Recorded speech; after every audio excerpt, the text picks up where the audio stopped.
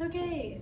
Hi everybody, I'm Abby. I've been a Christian for 10 years now, which is also how long I've been attending church here.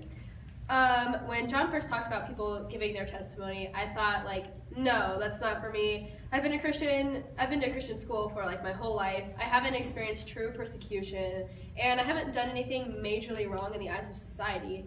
So I thought no, that's not me. But then seeing everybody, it really gave me courage. So I was like, okay, well, I'll just go for it. So me being me, I looked at the definition of testimony, and it said a formal written or spoken statement.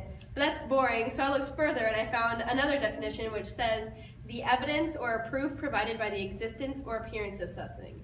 So here goes my statement, providing the proof of the existence of something.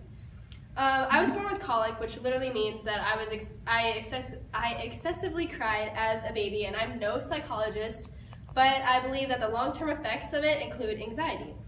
I've had anxiety for as long as I can remember. For some reasons, I used to hate Sunday nights. Every single Sunday at around 8, I would have an anxiety attack. I can't tell you why to this day.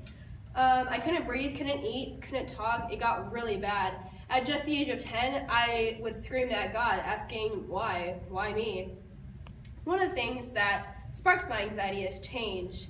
In 5th grade, my grandparents that live with me now couldn't afford their house anymore.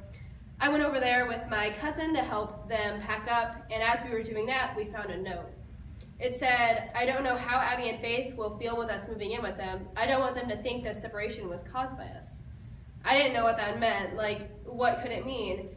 That night, it happened to be a Sunday, actually. I told my parents what the note said and asked what it meant, and they said that they're just taking a break. 2 houses, 2 rooms, all in 2 months.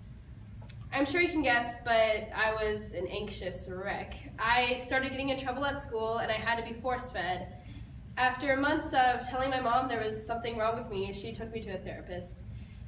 It didn't help at all. She literally made me draw pictures the whole time, and I was like, what is this doing?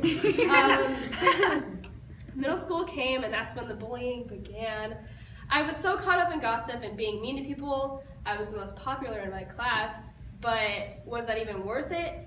I decided to change my ways, and I became extremely sad all the time. I wouldn't talk to anyone. That's when I started getting called Flabby Abby. What can I say? I begged God to start showing himself, or I would be done with my life. On a really bad night, I was bawling and punching pillows, and all of a sudden my phone started playing this song called Be Alright. And it's an iPhone, so it doesn't just randomly do that. That never happens. That has to be something. It can't just be at random. So after that, I started attending church more regularly and in high school, and things started looking up. I'm happy. I found a new therapist where I actually talk about things, and it seems to be helping. I pray more, I read my Bible every single night, and I have accountability partners.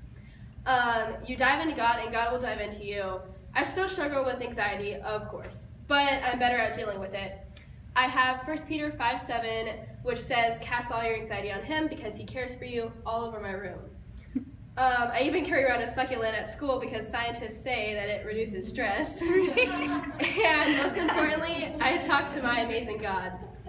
If you're like me and you're logical-minded and anxiety-prone, you just need to take a second to breathe. And you can call me or even call God. Just know that this anxiety is all Satan's doing. The ball is in your court. Please choose to trounce Satan and his demons. Thank you.